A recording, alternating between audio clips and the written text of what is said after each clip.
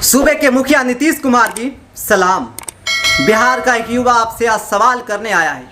बिहार का वो युवा जिसका आज भविष्य अंधकार में है। बिहार का वो युवा जिसके जानने वाले आज आपके स्वास्थ्य सेवाओं के अस्पताल का चक्कर लगाते हुए जान दे रहे हैं। बिहार का वो युवा जिसके परिजन आज हॉस्पिटल में ऑक्सीजन की कमी से मर जा रहे हैं। नीतीश कुमार जी, जिस विकास का आप ढंढोरा पीटते हैं, वो विकास जब विपरीत परिस्थिति आती है तो भी विकास कहाँ चला जाता है? क्या आपके विकास को इसी से तौला जाए कि बक्सर में लाश गंगा नदी में तैरती हुई नजर आती है? क्या आपके विकास को इसी से समझा जाए कि गोपालगंज में सदर अस्पताल में सुअर चरते हैं? क्या आपके विकास को इसी से समझा जाए कि छपरा में सदर अस्पताल में भूसे रखे जाते हैं? आपके विकास को इसी से समझा जाए कि बिहार के प्राइवेट अस्पताल में छेड़खानी होती है? क्या आपके विकास को इसी से समझा जाए कि बिहार के प्राइवेट अस्पतालों में महिलाओं के साथ अभद्र व्यवहार होता है? आप बोलते कुछ क्यों नहीं है?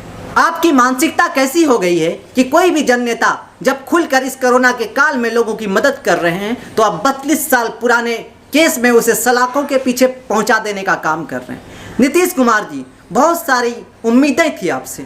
आपने पुलिया और रोड के क्षेत्र में जितनी सारी कामें की, कहीं ना कहीं उससे खुशी मिलती है और हम उसकी तारीफ भी करते हैं। लेकिन जब बात स्वास्थ्य सेवाओं की होती है, जब बात शिक्षा की होती है, तो समझ में नहीं आता है कि 15 साल में आप और आपके मंत्री मंगल पांडे जी ने क्या किया है।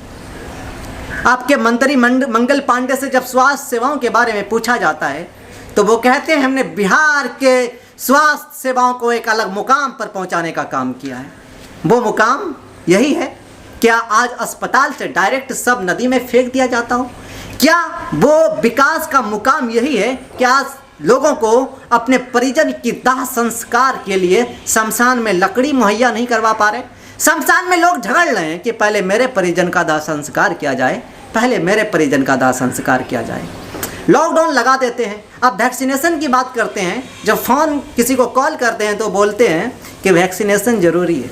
लेकिन आपको मैं बता दूं कि जब मैंने वैक्सीनेशन के लिए रजिस्ट्रेशन किया तो 3 दिन लगातार ये बताया गया कि वैक्सीन नहीं।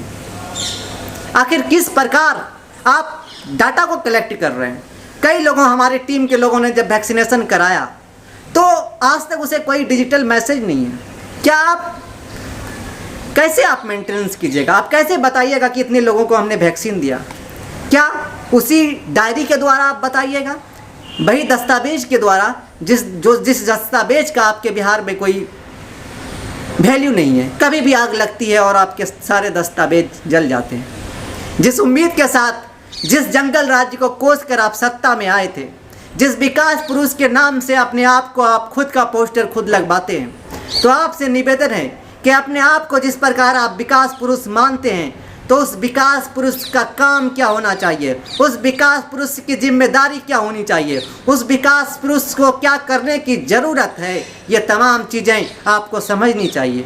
और ये तमाम चीज़ें जो समझ आएगी वो नेपाली गांजे से नहीं आएगी, वो आपको बिहार की स्थिति को समझने से आएगी। आप आते हैं और मीडिया बंधुओं को ये कह देते हैं कि तुम्हारा किसके साथ उठना बैठना है, ये हम जानते हैं।